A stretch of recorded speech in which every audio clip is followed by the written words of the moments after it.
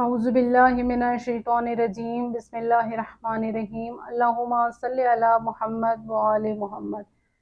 کتاب جلاء العیون میں ایک واقعہ نقل ہے کہ ایک شخص خراسان کا ہوتا ہے اور وہ امام رضا علیہ السلام کی خدمت میں آتا ہے اور سلام عرض کرنے کے بعد عرض کرتا ہے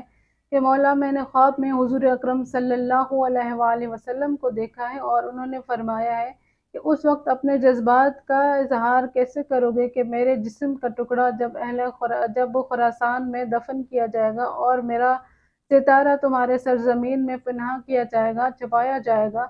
تو امام رضا علیہ السلام نے فرمایا کہ وہ ستارہ میں ہوں، حضور اکرم صلی اللہ علیہ وآلہ وسلم کے جسم کا ٹکڑا میں ہوں اور مجھے ہی خراسان میں دفن کیا جائے گا۔ پھر امام رضا علیہ السلام نے فرمایا کہ جو میرے حق کو پہچانتا ہوگا اور جو میری اطاعت کو اپنے اوپر واجب سمجھتے ہوئے میری زیارت کو آئے گا تو میں اور میرے آباء و اجداد